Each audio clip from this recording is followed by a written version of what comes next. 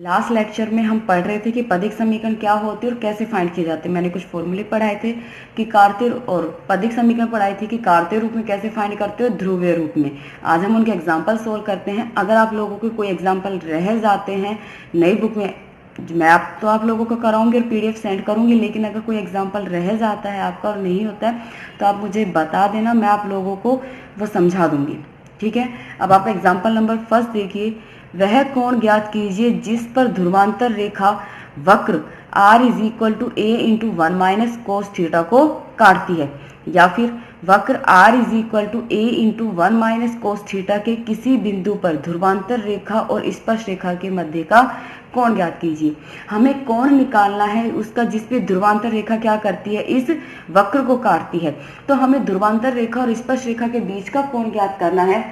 मैंने कल फॉर्मूले में आपको लिखवाया था कि ध्रुवांतर रेखा और स्पर्श रेखा के बीच का जो कोण होता है वो होता है tan phi is equal to r d theta over में dr, यही होता है। अब यहाँ पे हमें r इज इक्वल टू क्या दिया है, a इंटू वन माइनस में कोस थीटा दिया हुआ है। मैं यहाँ से dr ओवर डी थीटा निकाल सकती हूँ, थीटा के सापेक्ष अवकलन कर फिर उसे चेंज कर दूंगी डी थीटा ओवर r में, वैल्यूज को अपोजिट में। क्लियर है ना?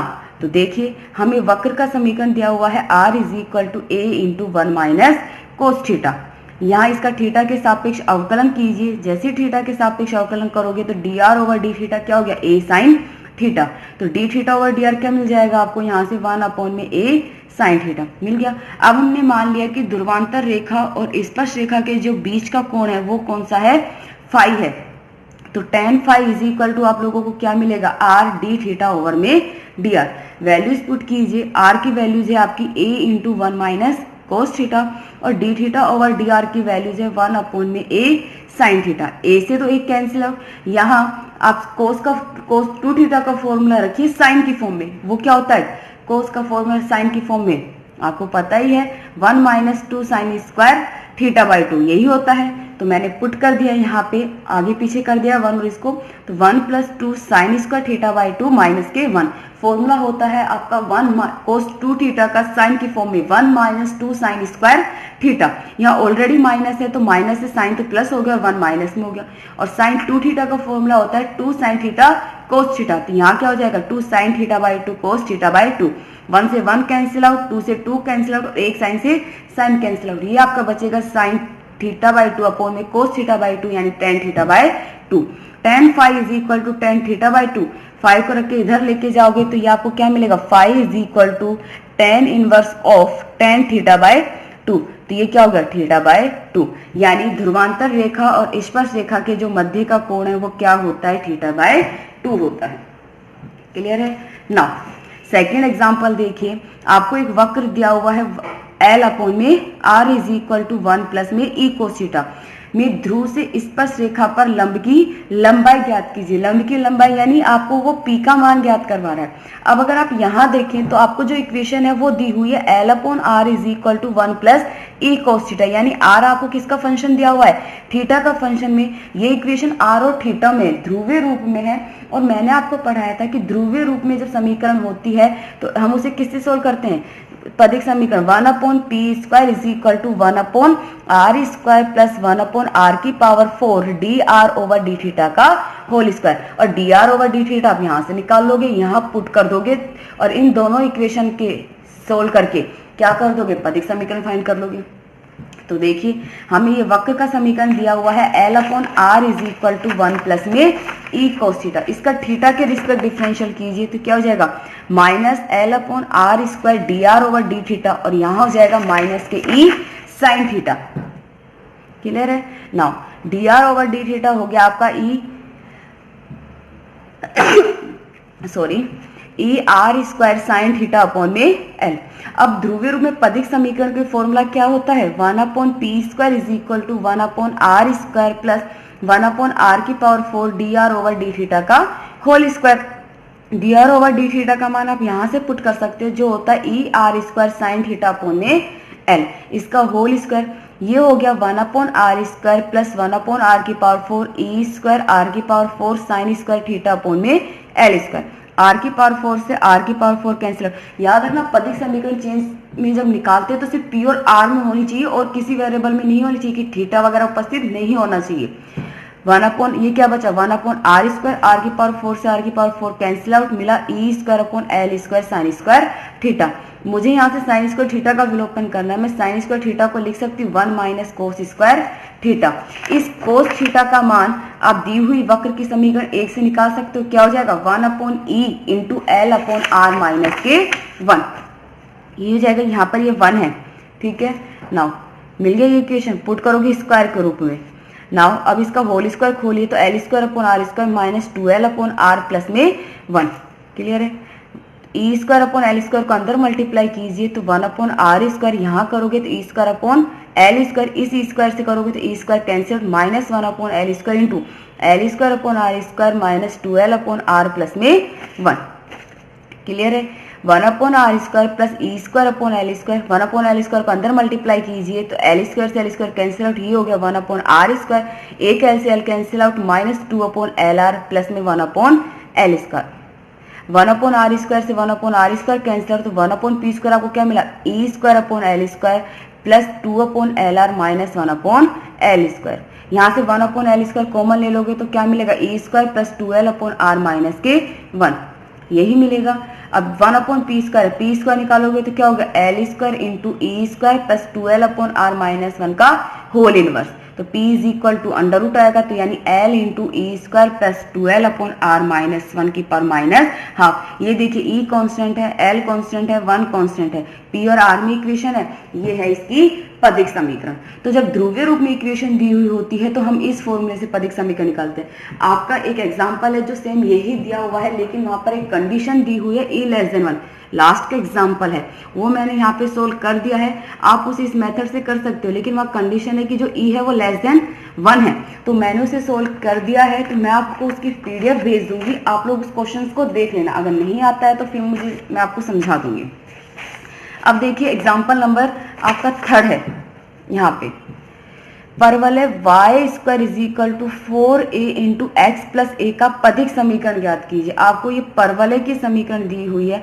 देखिए कार्तीय रूप में है ये एक समीकरण, ये कार्तीय रूप में दी हुई है, तो आपने कार्तीय रूप में फॉर्मूला तो पढ़ा ही था कि किस तरीके से निकालते हैं। स्पर्श रेखा का समीकरण निकालते हैं, फिर मूल बिंदु से खींचे गए लंब की दूरी निकालते हैं। तो हमें दिए हुए परवलय का समीकरण है y² = 4a × x + a। Now इस समीकरण का x के सापेक्ष अवकलन कीजिए, क्योंकि स्पर्श रेखा के समीकरण में dy/dx चाहिए। तो ये क्या होगा 2y dy/dx = 4a, dy/dx क्या मिल जाएगा आपको 2a/y। समीकरण 2 परवलय के बिंदु x y पर स्पर्श रेखा का समीकरण y - y = dy/dx यानी 2a/y × x माइनस में x। y को इधर ले जाइए और 2a को इसके साथ मल्टीप्लाई कर दीजिए। क्लियर है।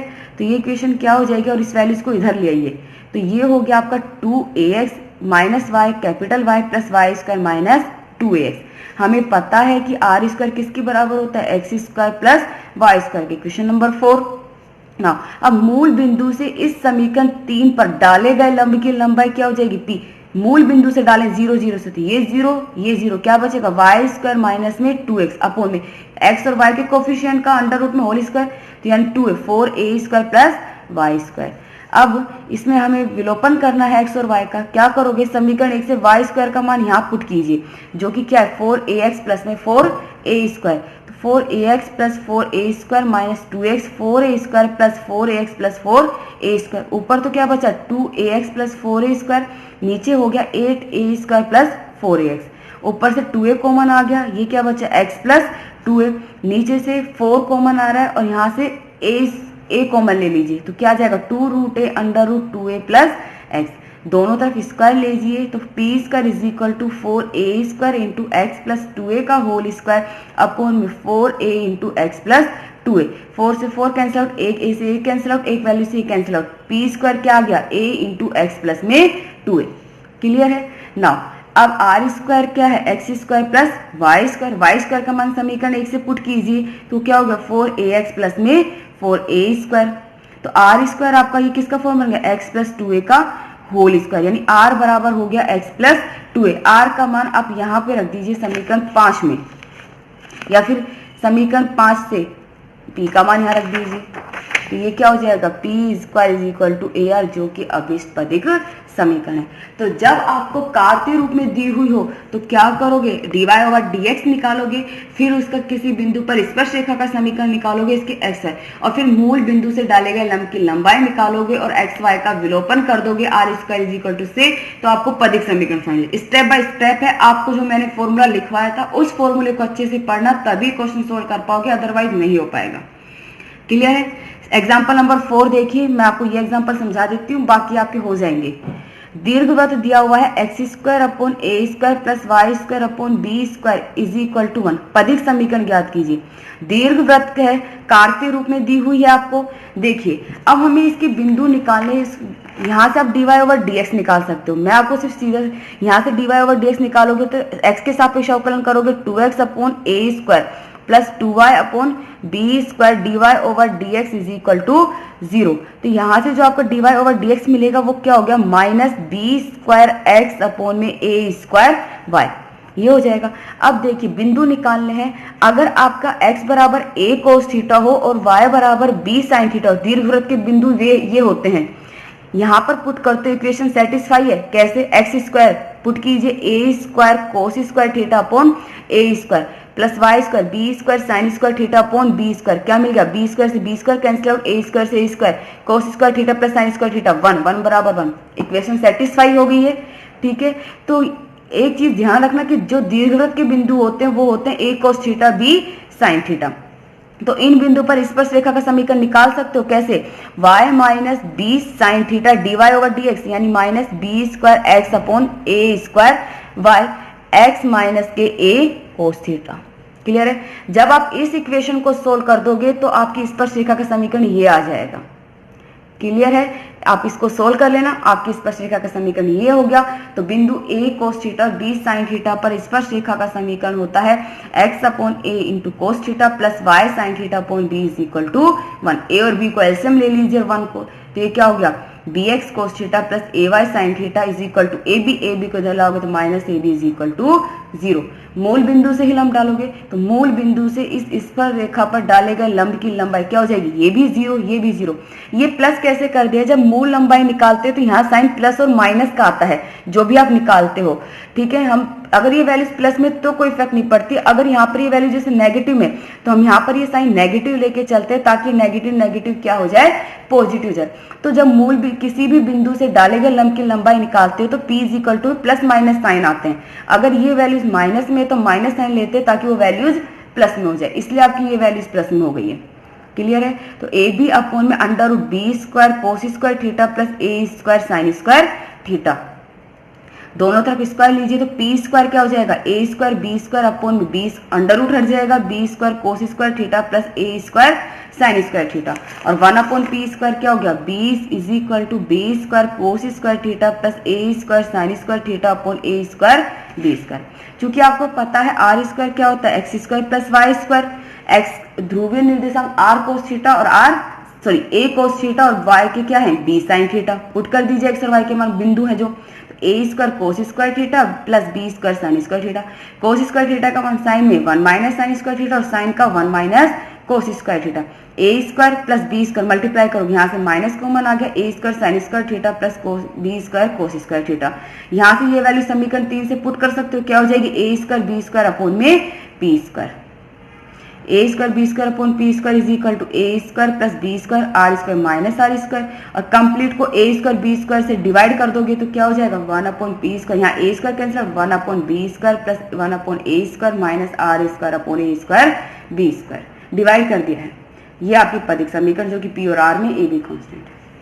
क्लियर है। बाकी के एग्जाम्पल आप लोगों से सोल्व हो जाएंगे। ये देखिए क्या कह रहा है, एग्जाम्पल नंबर 5, पदिक समीकरण ज्ञात कीजिए। ध्रुवीय रूप में आपके पास ये फॉर्मूला है, सोल्व करोगे हो जाएगा।